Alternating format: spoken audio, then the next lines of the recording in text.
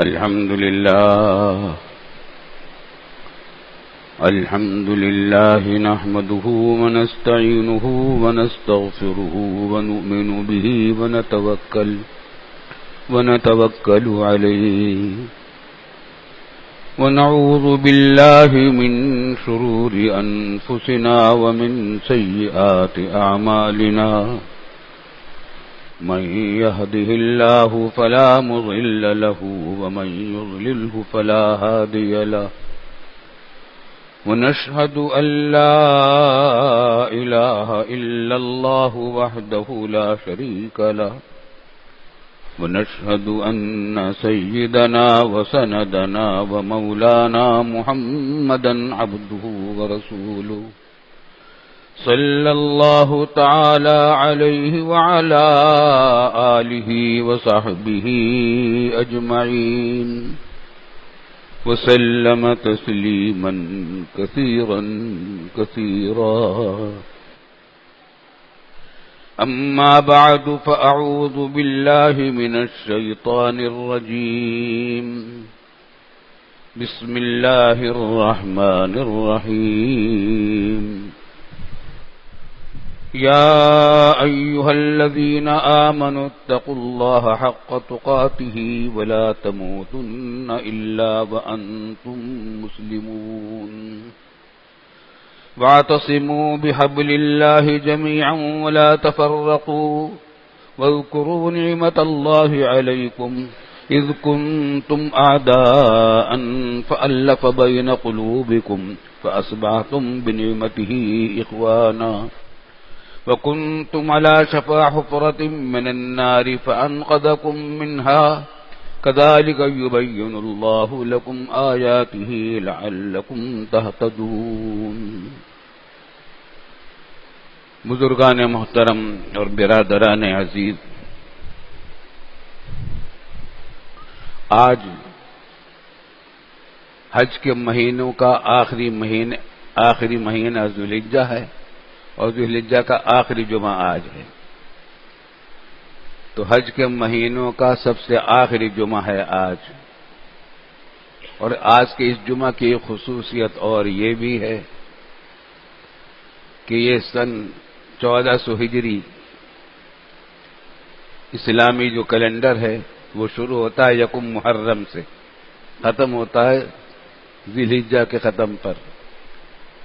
تو 1437 ہجری کا یہ آخری جمعہ ہے. تو اشہر حج کا بھی آخری جمعہ ہے اور اسلامی کیلنڈر کا بھی آخری جمعہ ہے. یکم محرم سے سن 1438 شروع ہو جائے گا، 2 دن بعد تقریباً.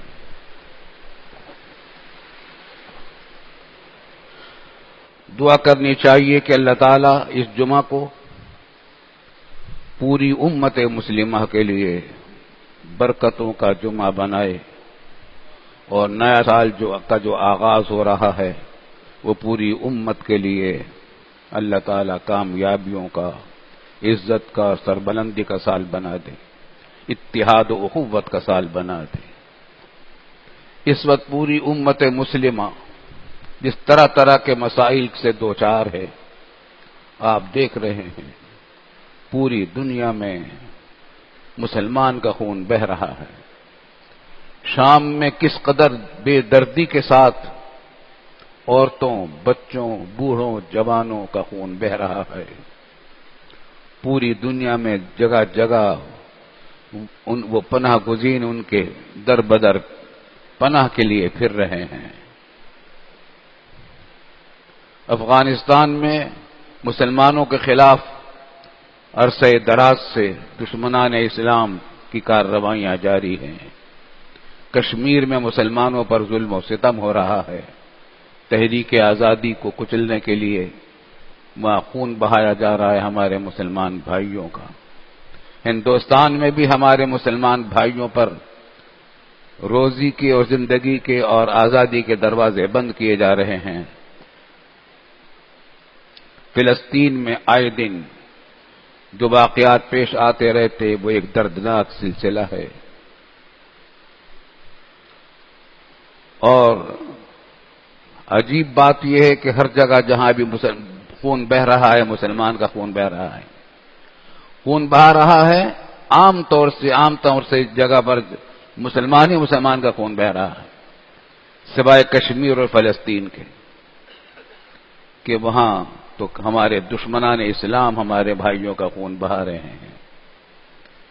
کشمیر کی تحریک آزادی اب بہت بڑے پیمانے پر اٹھ کھڑی ہوئی ہے۔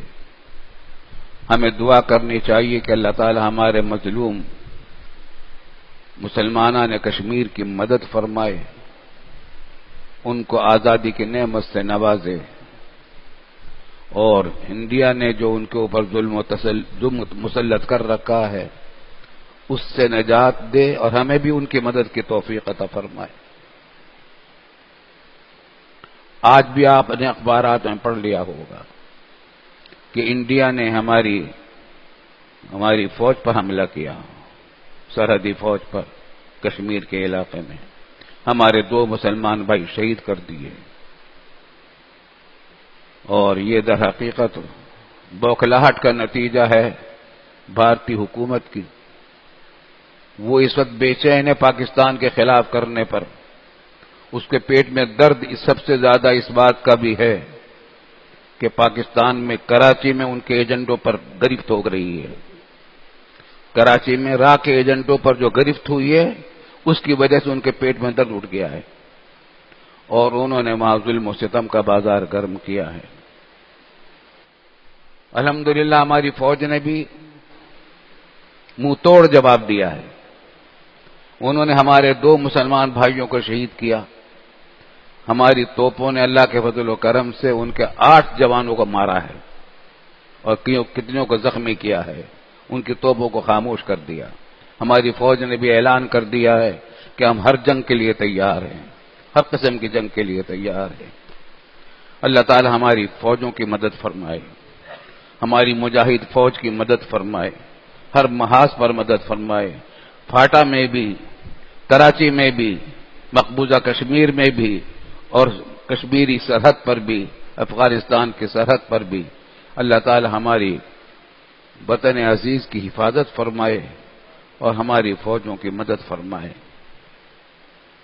میں پچھلے جمعہ کو بھی کہہ رہا تھا، دشمن کبھی ہمیں شکست نہیں دے سکا طاقت کے بلبوتے پر، طاقت ہمیشہ دشمن کے پاس زیادہ رہی ہے، تعداد بھی ان کے پاس زیادہ رہی ہے، ہمارے پاس ہمیشہ تعداد اور سامان کم ہوا ہے، لیکن مسلمانوں نے ہمیشہ ان کو شکست پھاٹ دی ہے۔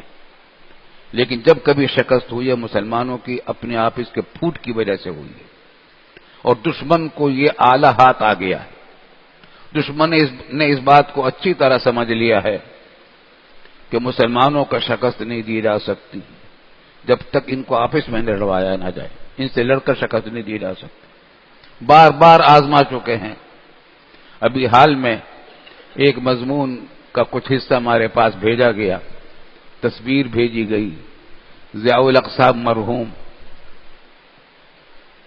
جے پور کے سفر کے دوران راجیو گاندھی کس سے بات کر رہے ہیں، ایئرپورٹ پر رخصت ہو رہے ہیں، راجیو گاندھی نے ان کو یہ کہہ دیا تھا کہ ہم آپ کا استقبال نہیں کریں گے، تو انہوں نے کہا کہ میں تو کرکٹ کا میچ دیکھنے آ رہا ہوں، پاکستان کی ٹیم کا میچ ہو رہا تھا انڈین ٹیم سے، میں تو ٹیم میچ دیکھنے آ رہا ہوں۔ تو خیر انہوں نے کہا کہ ہم آپ کو سیاسی پروٹوکول نہیں دیں گے فوجی، کہا کہ نہ دیں، میں تو آ رہا ہوں۔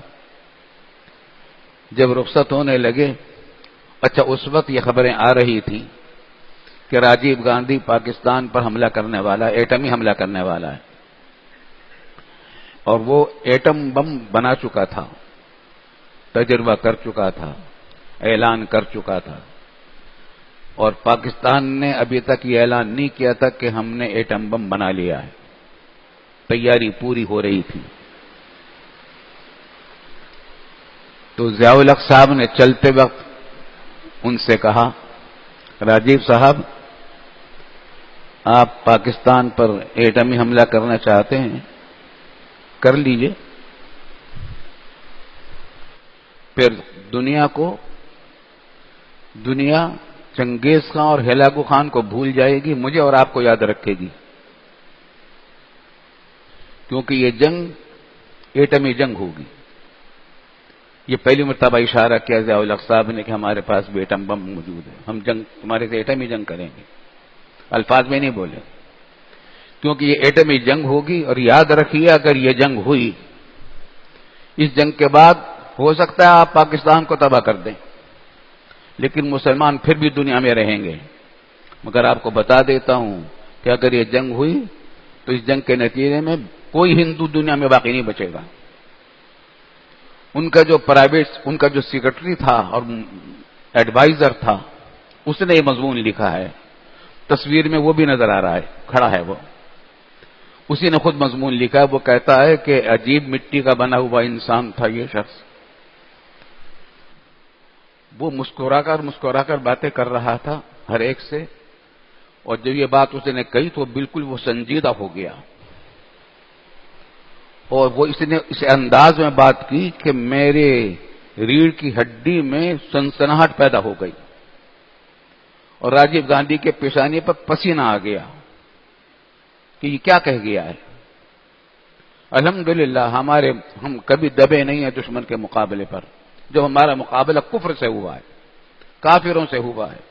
سب سے بڑا مسئلہ ہمارا پیدا ہوتا ہے آپس کے جھگڑوں سے، اور آپس کے جھگڑوں میں پھر اس کا نام جہاد دے دیتے ہیں فریقین، کہ ہم بھی جہاد کر رہے ہیں۔ خوب یاد رکھیے کوئی جہاد مسلمانوں کے خلاف نہیں ہوا کرتا، جو مسلمانوں کے خلاف اگر کوئی کرے گا وہ دہشت گردی ہے۔ جہاد کافروں کے خلاف ہوتا ہے یا باغیوں کے خلاف ہوتا ہے۔ اس وقت ہم تقریباً حالت جنگ میں ہیں۔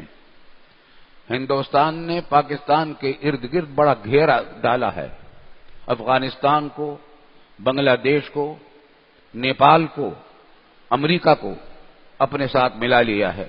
اب ایران کے اوپر بھی ڈورے ڈال رہے ہیں، ہمارے ارد گرد کا گھیرا ڈالا جا رہا ہے۔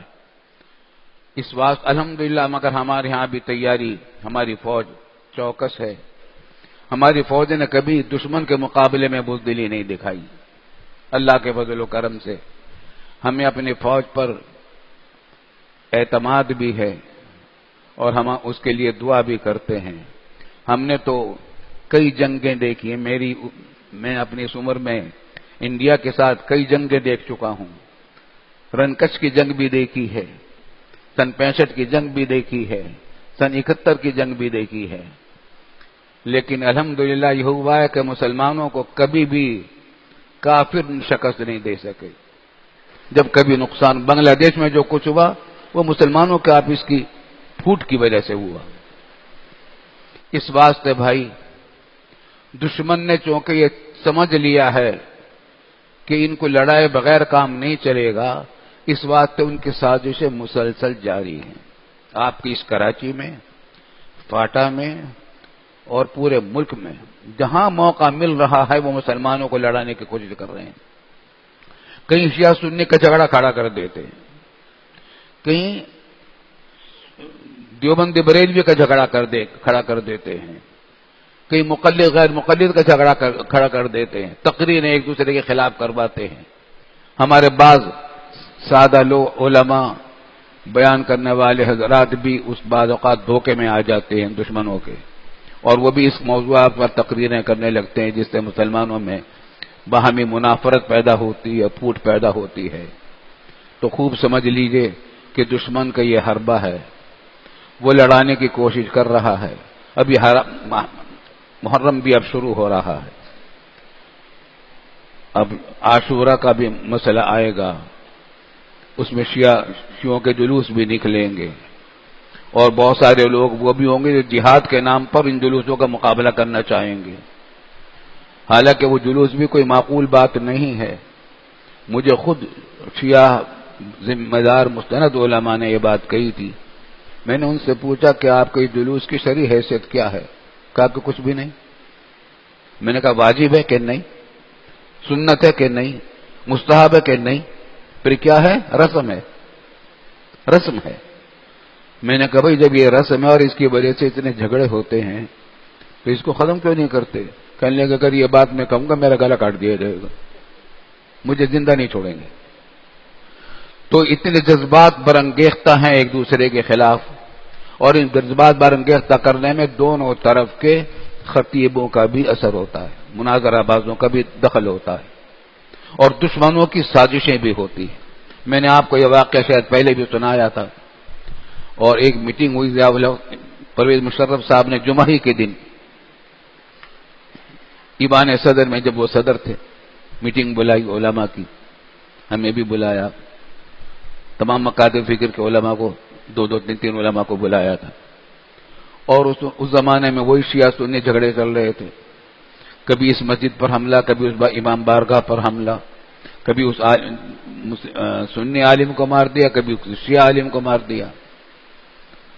تو انہوں نے کہا کہ لمبی داستان، آدھا گھنٹہ تقریر کی کہ آپ حضرات اتحاد کی کوشش کریں، ملائیں، اسلام کی بدنامی ہوتی ہے۔ خیر میں نے ان کو کہا کہ ہمارے نزدیک شیعہ سنی جھگڑا ہے ہی نہیں، ہمارے ملک میں کوئی جھگڑا شیعہ سنی کا نہیں ہے، یہ تو سازشیں ہیں۔